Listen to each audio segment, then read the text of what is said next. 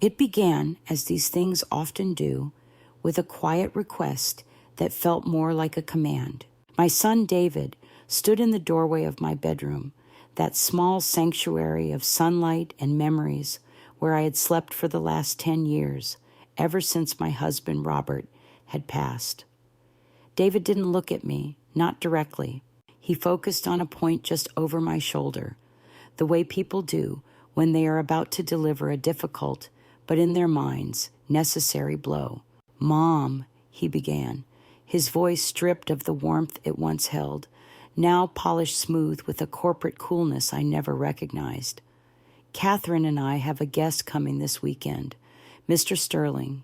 He's very important for the firm. The deal we're closing could set us up for life." I nodded slowly, my hands resting on the worn quilt Robert and I had picked out at a little shop in Vermont on our last anniversary. I knew about Mr. Sterling. I had heard his name whispered in urgent late-night phone calls, a name synonymous with a future I was apparently not meant to be a part of. "That's wonderful, dear," I said, my voice a little thinner than I would have liked. He finally met my eyes, but they were distant, preoccupied. "Yes, well, the thing is, he's staying for a few days, and we need the guest room, your room." The words hung in the air, heavy and sharp. My room, not the guest room. It had been my room since I moved in, a condition of me giving them the entirety of my savings for the down payment on this very house. "So," he continued, taking my silence as acquiescence, "we've cleared out a little space for you in the attic. Just for the weekend, it'll be cozy." Just then, Catherine appeared behind him, a vision in a silk blouse, her smile as tight and artificial as the pearls at her throat. "Don't look so grim, Eleanor," she chimed in, her tone a little too bright. "It's a bit dusty, but we put a cot up there. You know how drafty it is, but a few extra blankets should do the trick. Think of it as a little adventure." An adventure. At 74 years old, with arthritis in my knuckles and a heart that ached with a loneliness only a widow knows, I was being sent on an adventure to a dusty, unheated attic. I said nothing. I looked past them toward David's own bedroom, where the door was ajar. On his bed, laid out with the precision of a surgeon's tools, was the suit, a magnificent custom-tailored suit of charcoal gray wool, the one I had helped him pay for after his promotion. It was his armor for this big meeting, the symbol of the success I had spent a lifetime helping him build. I rose from my chair, the quilt slipping from my lap. My movements were slow, deliberate. I would not give them the satisfaction of seeing me rush or crumble. "Of course," I said, looking not at Catherine but at my son. "Whatever you need." David's shoulders relaxed in relief. He still couldn't hold my gaze. "Thanks, Mom. I knew you'd understand. It's just temporary." But I knew, and the hollow echo in his voice confirmed it, that some things, once they become temporary, are never permanent again. I packed a small bag with my nightgown, my medication, and the silver-framed photo of Robert. As I climbed the narrow, creaking stairs to the attic, I felt the cold air wrap around me. The single bare bulb hanging from a wire cast long, dancing shadows over forgotten things, boxes of old tax records, a broken rocking horse, and in the far corner, covered by a stained white sheet, stood my old Bernina sewing machine. The machine Robert had bought me, the one my hands knew better than they knew prayer. They thought they were moving me into storage. They had no idea they were moving me into my armory. The air in the attic was thin and sharp, smelling of cedar, dust, and the slow decay of forgotten time. I set my small bag down on the cot, its thin mattress sighing under the weight. My small bag, a single wool blanket, rough and smelling of mothballs, was folded at its foot. This was to be my world for the next few days. I ran a hand over the dusty sheet covering my sewing machine, the ghost of its familiar shape a comfort beneath my fingers. I thought of my hands, now gnarled with age, and what they used to do.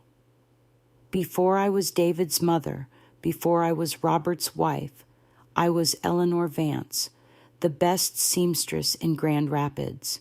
It wasn't a title I sought, but one that was given to me by the women whose wedding dresses I had saved, whose ball gowns I had sculpted from bolts of silk, whose lives I had touched with a needle and thread.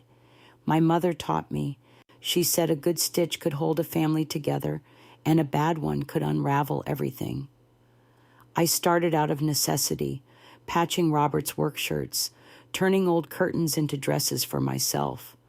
But soon my skill became my art. I loved the feel of fabric, the satisfying hum of the machine, the way a simple piece of cloth could be transformed into something of beauty and strength.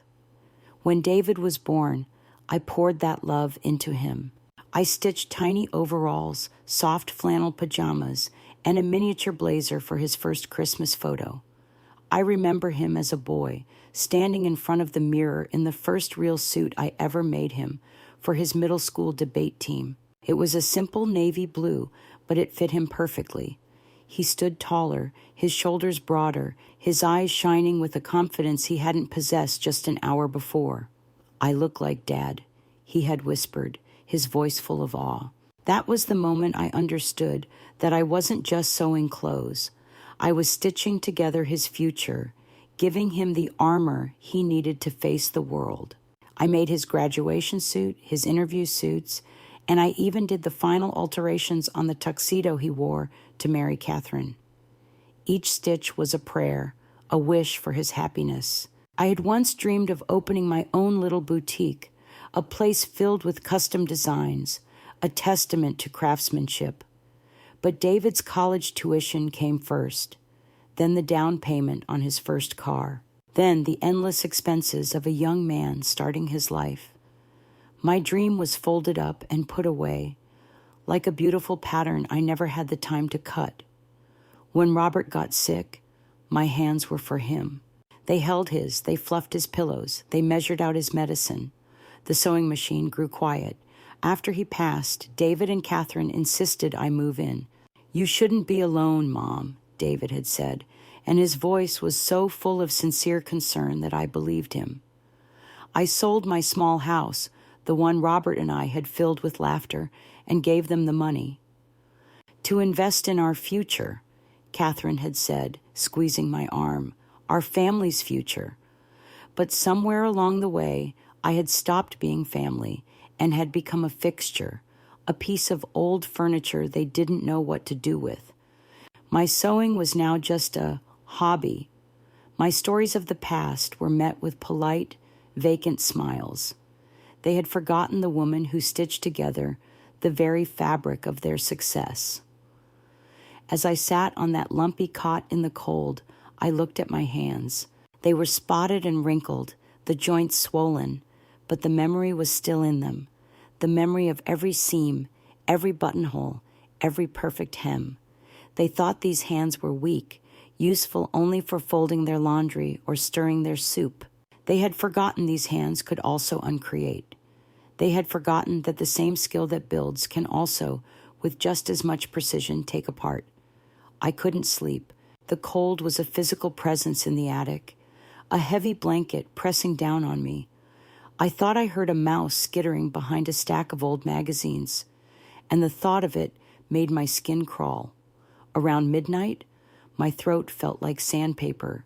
I needed a glass of water. I pulled on my worn robe, my slippers whispering against the dusty floorboards as I made my way to the narrow attic stairs. The main house was dark, but a sliver of light escaped from under the living room door. I could hear their voices, low and intimate, the way people talk when they think no one else is listening.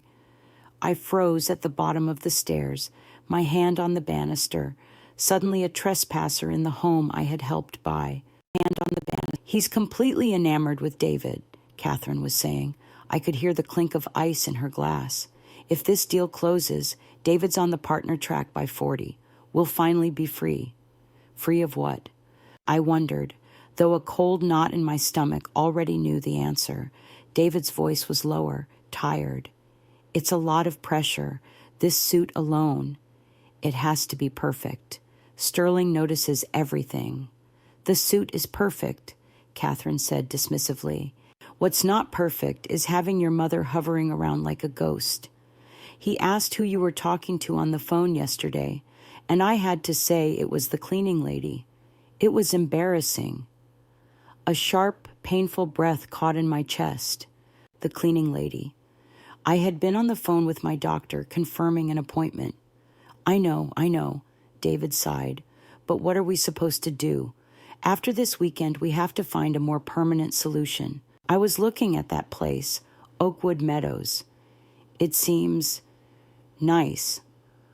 Oakwood Meadows. I knew the name. It was a nursing home, the one people whispered about, where you sent relatives you no longer wanted to see, the place they called God's waiting room. My blood ran cold. This wasn't just for a weekend. The attic was a trial run. They were testing how easily I could be put away. Catherine's voice dropped to a conspiratorial whisper. We just have to be careful. If she thinks we're pushing her out, she could get difficult. She's still on the deed, remember. We need to handle this delicately. Make it seem like it's for her own good, her own safety.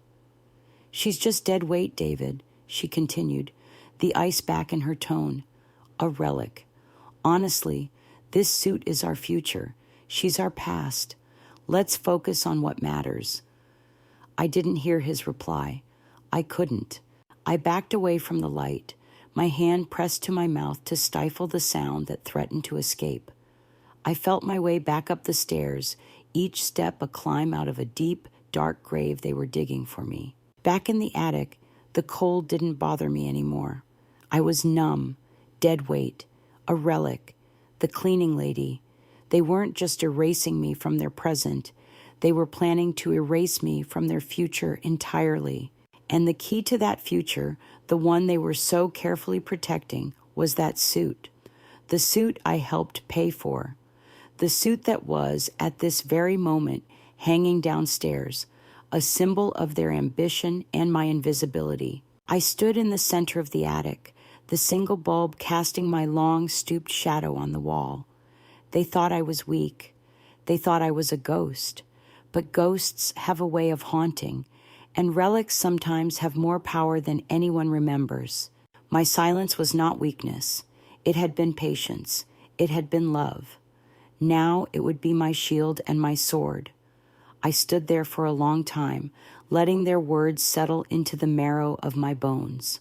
The chill of the attic was nothing compared to the ice that had formed around my heart. They saw me as an obstacle, a problem to be managed and eventually discarded. My love, my sacrifices, my very presence had been reduced to a line item on their list of inconveniences. Fine. If I was a problem, I would be a problem they could not solve. My gaze fell upon the shrouded form of my old Bernina. It sat in the corner like a patient, sleeping giant. Robert had given it to me for our 10th anniversary. He'd saved for a year, hiding cash in an old coffee can. For your art, Ellie, he had said, his eyes shining. Don't ever let anyone tell you it's just a hobby. I walked over and pulled the sheet away. The machine was heavy, solid, a masterpiece of Swiss engineering. Its black enamel surface was dull with a film of dust, but I knew that underneath, its heart was still strong. I ran my fingers over the familiar knobs and levers. My hands, which had felt so stiff and useless just hours ago, now tingled with a forgotten purpose. I found my old sewing box tucked away behind a stack of National Geographic magazines. The lid creaked open, releasing the faint, familiar scent of machine oil and beeswax. The lid creaked open. Inside, everything was just as I had left it years ago. Spools of thread in every color, a magnetic pin cushion still bristling with sharp silver needles, a well-worn thimble, and my favorite pair of Ginger shears, their blades still wickedly sharp. Methodically, I began the ritual. I wiped down the machine with a soft cloth I found in the box, polishing the chrome until it gleamed under the bare bulb. I threaded a new needle, its eye a tiny, perfect portal. I found the little can of oil and carefully lubricated the moving parts, just as my mother had taught me. The quiet, focused movements were a balm to my frayed nerves. With each drop of oil, with each turn of the hand wheel, I felt a piece of myself coming back to life. The frail, invisible old woman was receding, and in her place, the seamstress, the artisan, the creator, was reemerging. This machine and I, we had history. We had transformed bolts of lifeless cloth into garments of beauty and purpose. We had mended what was torn, tailored what was ill-fitting, and created what did not yet exist. Now, we would do it again. But this time, our purpose was different. It wasn't about creation. It was about correction, a very, very precise correction. My plan formed in the quiet hum of the attic, a pattern taking shape in my mind. It would not be an act of destruction. That was too crude, too loud. Catherine and David were masters of the subtle cruelty, the quiet dismissal. My response would be equally subtle, equally quiet. I would not ruin the suit. I would simply adjust it. I would tailor it not for the man my son wanted to be, but for the man he had become, small, diminished, and slightly off-kilter. The old machine purred to life with a soft whir, a sound I hadn't heard in years. It was the sound of my own history waking up. I fed a scrap of old fabric under the needle, testing the tension, the stitch length. It was perfect. My hands remembered. My heart remembered. They had relegated me to the attic with the forgotten things. They had made a grave miscalculation. They had forgotten that this is where I kept my tools. The house was a tomb of silence. It must have been close to 2 a.m. The only light was the pale blue glow of the digital clock in the downstairs hallway. I held my breath, listening for any sound, a cough, a creak of the floorboards, but there was nothing.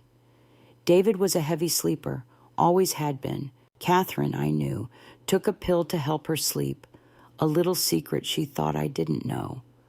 I slipped out of the attic, my old slippers making no sound on the stairs. Max, their golden retriever, who usually slept at the foot of their bed, lifted his head from his mat in the hall. His tail gave a single, slow thump. He knew me. He knew I belonged here. I gave his soft ears a scratch and whispered, "Shh, good boy." He rested his head back on his paws, a silent ally.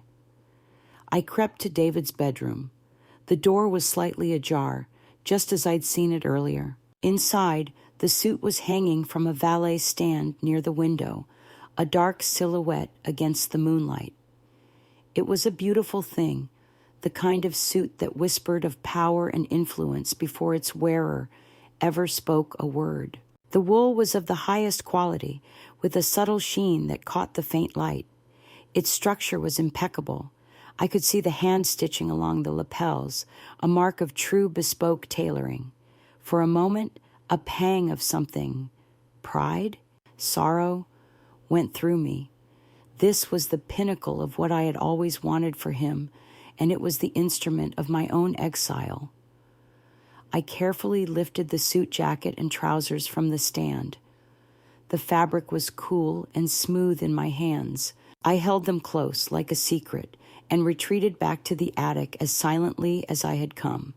Back under the single bare bulb, I laid the suit out on a clean, flat box. My heart was pounding, a frantic drum against my ribs, but my hands were steady. This was my canvas. I went to work. I didn't rip or tear. My art was far more subtle than that. I started with the jacket. Using a seam ripper, I carefully unpicked the stitches, holding the lining at the left shoulder. Then, with the finest, strongest thread, I sewed it back, but I pulled the lining just a fraction of an inch tighter than it should be. It was an imperceptible change, one that wouldn't be noticed on the hanger. but when worn, it would cause the entire left side of the jacket to pucker and pull ever so slightly toward his neck. The lapel would never sit flat. It would always have a faint, awkward ripple.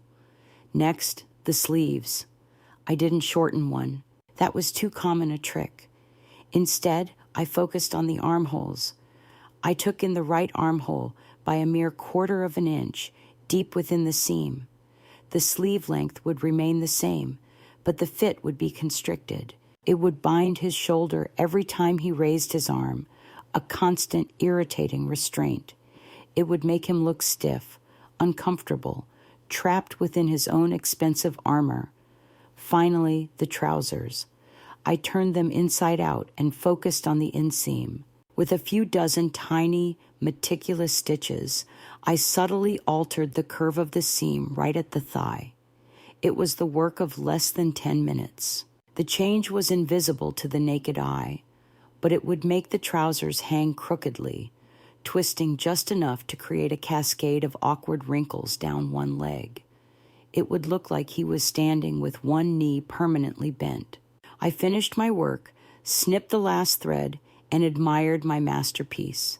It was a symphony of subtle sabotage, a collection of tiny, perfect flaws that would combine to make the suit unwearable, yet not obviously damaged. It would look like the work of a terrible, incompetent tailor, or worse, a cheap, off-the-rack garment. I carried the suit back downstairs and hung it exactly where I had found it. It looked perfect, pristine, awaiting its moment of glory, a glory it would now never achieve.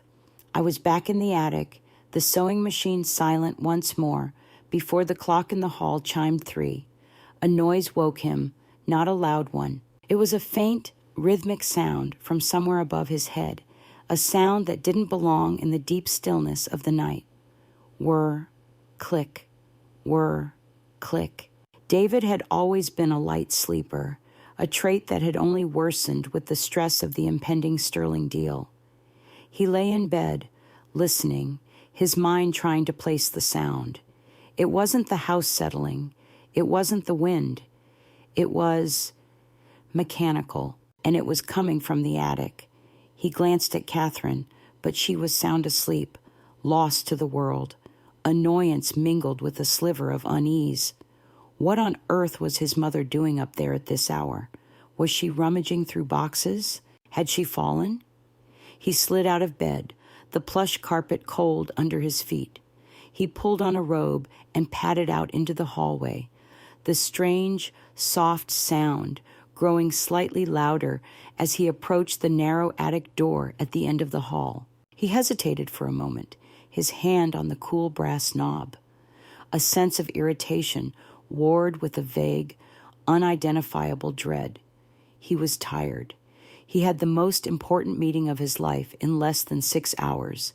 He did not have time for this. He turned the knob and pulled the door open. The steep, narrow stairs ascended into darkness, but the sound was clearer now. It was a sewing machine. For a surreal moment, his mind went blank. A sewing machine? He started up the stairs, his bare feet finding the familiar creaks in the wood. At the top, he was met by a scene so strange it felt like a dream. In the center of the dusty, cluttered attic, under the stark glare of a single bare light bulb, sat his mother. She was hunched over her old machine, her body a silhouette of intense focus. Her hands, which he had only ever seen, trembled slightly as they held a teacup, moved with a swift, confident grace over a piece of dark fabric. It was his suit jacket. He saw it draped over the machine, the sleeve under the needle. The soft, rhythmic whir he had heard was the sound of her stitching his future. "Mom?"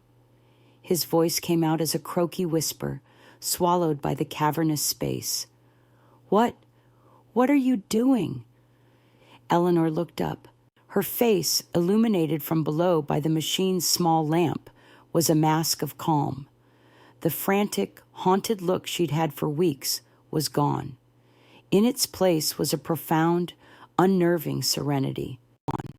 Her eyes, which had so often been clouded with hurt or confusion, were clear and sharp as the needle poised in her machine. "Oh, hello, dear," she said, her voice even and soft. "I couldn't sleep. I noticed a loose thread on your jacket lapel. I thought I should fix it for you. Wouldn't want anything to be out of place for your big day." A loose thread. He stared at her, then at the suit. It looked fine, perfect, in fact. But the image of her, working in secret in the dead of night, sent a chill through him that had nothing to do with the attic's cold. There was something wrong with this picture, something deeply unsettling he couldn't articulate. She snipped a final thread with the decisive snap of her scissors, a sound that seemed to echo in the stillness.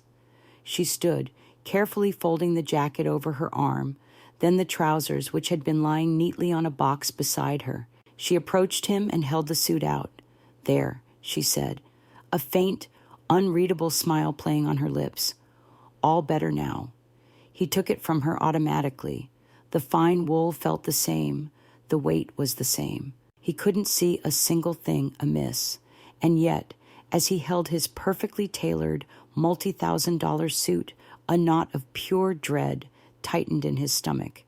He felt as though she hadn't just handed him a piece of clothing, but a verdict.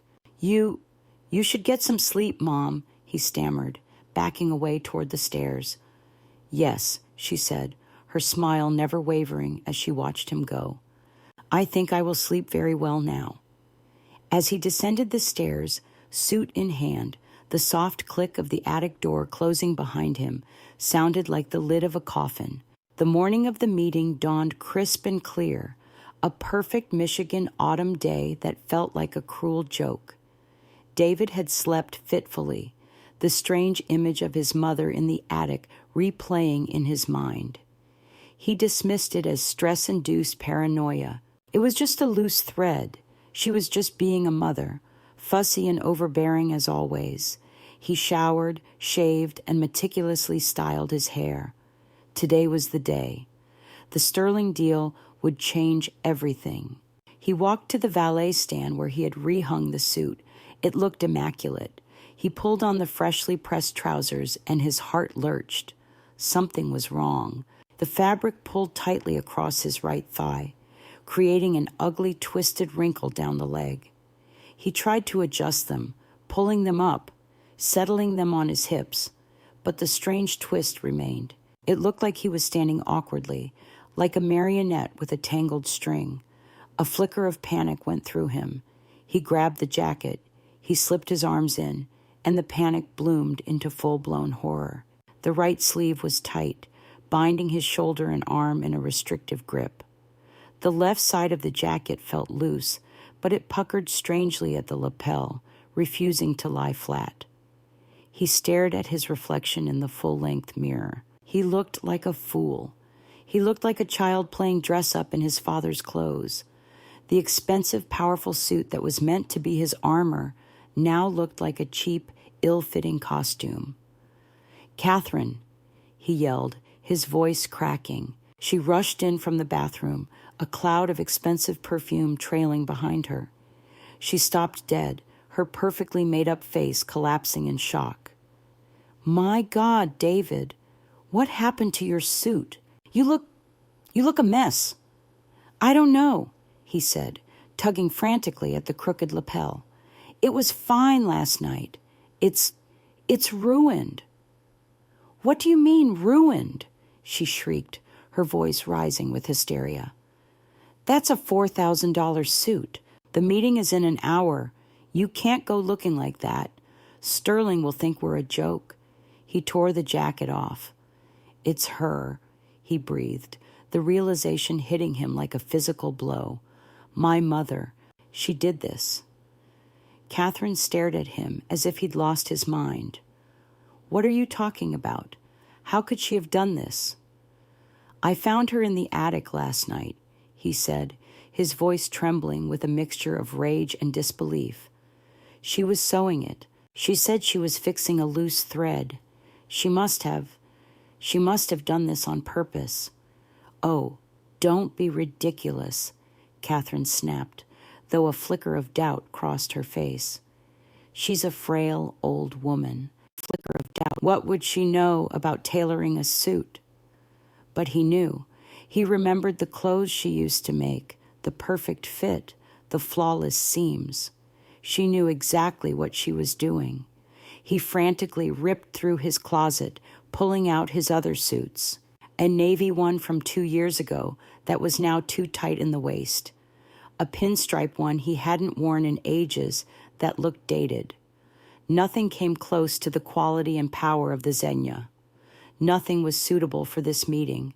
"We have to take it to a tailor," Catherine said, grabbing the mangled jacket. "There's no time," David shouted, running a hand through his hair, messing up the perfect coif. "The meeting is at 9. No one can fix this in an hour." He sank onto the edge of the bed, the ruined trousers still twisted around his legs. He looked at his wife, at the panic in her eyes, and he saw their carefully constructed future unraveling, thread by thread. He had moved his mother to the attic, dismissed her, planned to discard her, and she, with a needle and thread in the dead of night, had dismantled his entire world. The ghost in the attic had come back to haunt him, and she had done it without raising her voice. The sterling deal did not close. It imploded. David went to the meeting in his second-best suit, the one that was just a little too tight, making him look puffy and uncomfortable. He sweated through his shirt, his confidence shattered. Mr. Sterling, a man who appreciated precision in all things, from balance sheets to tailoring, took one look at David's strained appearance, and his interest cooled perceptibly. The presentation was a disaster. David fumbled his notes, his mind elsewhere. All he could think about was his mother, sitting in the attic, and the quiet hum of her sewing machine. He and Catherine returned home in a miasma of defeated silence. The dream had died. They walked into the house, and the first thing they noticed was the open door to his mother's old bedroom. Hesitantly, they approached. The room was no longer a guest room. It was hers again. The worn quilt was back on the bed. The silver-framed photo of her late husband was on the nightstand, and sitting in the comfortable armchair by the window, bathed in the soft afternoon light, was Eleanor. She was sipping a cup of tea, a book open on her lap. She looked up as they entered, her expression calm, her eyes clear. The attic door, visible down the hall, was wide open, revealing the dark, empty space. The cot was gone. The sewing machine was back under its white sheet, a silent, sleeping giant. David felt a wave of impotent fury wash over him. "You," he said, his voice a choked whisper. "You did this. You cost me everything." Eleanor took a slow sip of her tea before answering. She set the cup down gently in its saucer, the soft clink of porcelain the only sound in the room. "No, David," she said, her voice soft but firm as steel. "You already had everything. You had a home, a family, a mother who loved you. You were the one who was willing to trade it all away for a business deal." She gestured around the room with a small, graceful movement of her hand. "I've decided to stay in my room from now on. The attic is free now. It's quite spacious. Perhaps Mr. Sterling would like it, should he ever visit again." Catherine let out a sound that was half sob, half gasp. "How could you be so cruel?" Eleanor's gaze shifted to her daughter-in-law, and for the first time, Catherine saw not a frail, confused old woman, but a formidable matriarch who had been pushed too far. "Cruel," Eleanor said, an eyebrow raised slightly. "Is it cruel to want to sleep in my own bed? Is it cruel to wish not to be referred to as dead weight or the cleaning lady? Is it cruel to resist being moved into a home so my room can be permanently available for visitors?" David and Catherine stared at her, speechless. She had heard them. She had known all along. "You thought I was a relic," Eleanor continued, her voice never rising, yet it filled every corner of the room. something to be put in a box in the attic and forgotten. But relics have a history. They have a strength you've forgotten. You forgot that I am the woman who stitched the very clothes on your back that got you where you are. You forgot that my name is on the deed to this house you so carelessly call your own. She picked up her book, a silent dismissal. I believe I was in the middle of a chapter. They stood there, two powerful, successful people, utterly disarmed by a quiet old woman in an armchair. They had mistaken her silence for weakness, her love for permission to be cruel. They had tried to unravel the thread of her life, not realizing she was the one who held the shears. She had not raised her voice. She had not shed a tear in their presence. She had simply reclaimed her space, stitch by perfect stitch. And as they backed out of the room, they understood that they had not lost a deal. They had lost the war.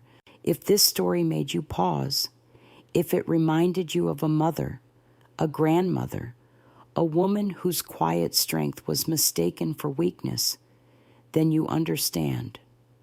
You understand that the threads of family are woven with love, but held together by respect.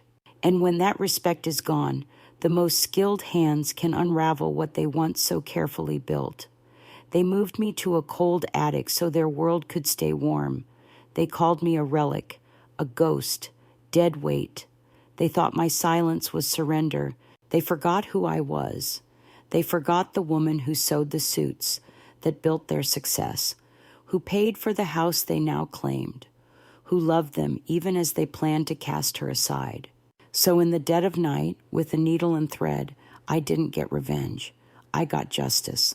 I tailored a lesson they would never forget, that you cannot discard the person who holds your life together at the seams. Now I sit in my sunlit room, not a ghost, but a matriarch.